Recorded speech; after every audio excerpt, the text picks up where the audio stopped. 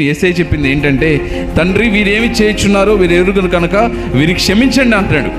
ఎంత గొప్ప మాట అండి అది, ఎంత గొప్ప విషయం, ఎంత క్షమాపణ కలిపిన. ఎంతోమంది భయంకరంగా మనల్ని ఎంతో అవమానిస్తూ ఉంటారు, మనల్ని ఎన్నో బూతులు తిడతా ఉంటారు, బాధ పెడతారు. మంచి చేయాలనుకుంటాం, మన సొంత రక్త సంబంధులే బాధపడతా ఉంటారు మనల్ని.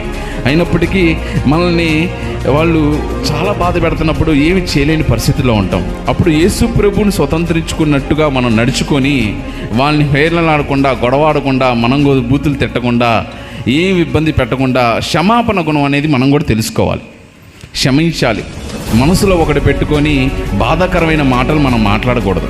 మనం కూడా మనసులో ఒకటి పెట్టుకొని చింతపడతా, మనసులో ఒకటి పెట్టుకొని విహేళనగా మాట్లాడకూడదు. క్షమాపణ గుణం, యేసు ప్రభు ఏవైతే ఆ గుణంతో ఉన్నాడో మనం కూడా అటువంటి క్షమాపణ గుణం కలిగినప్పుడే మనం ఈ యేసు ప్రభుని నిత్యరాజ్య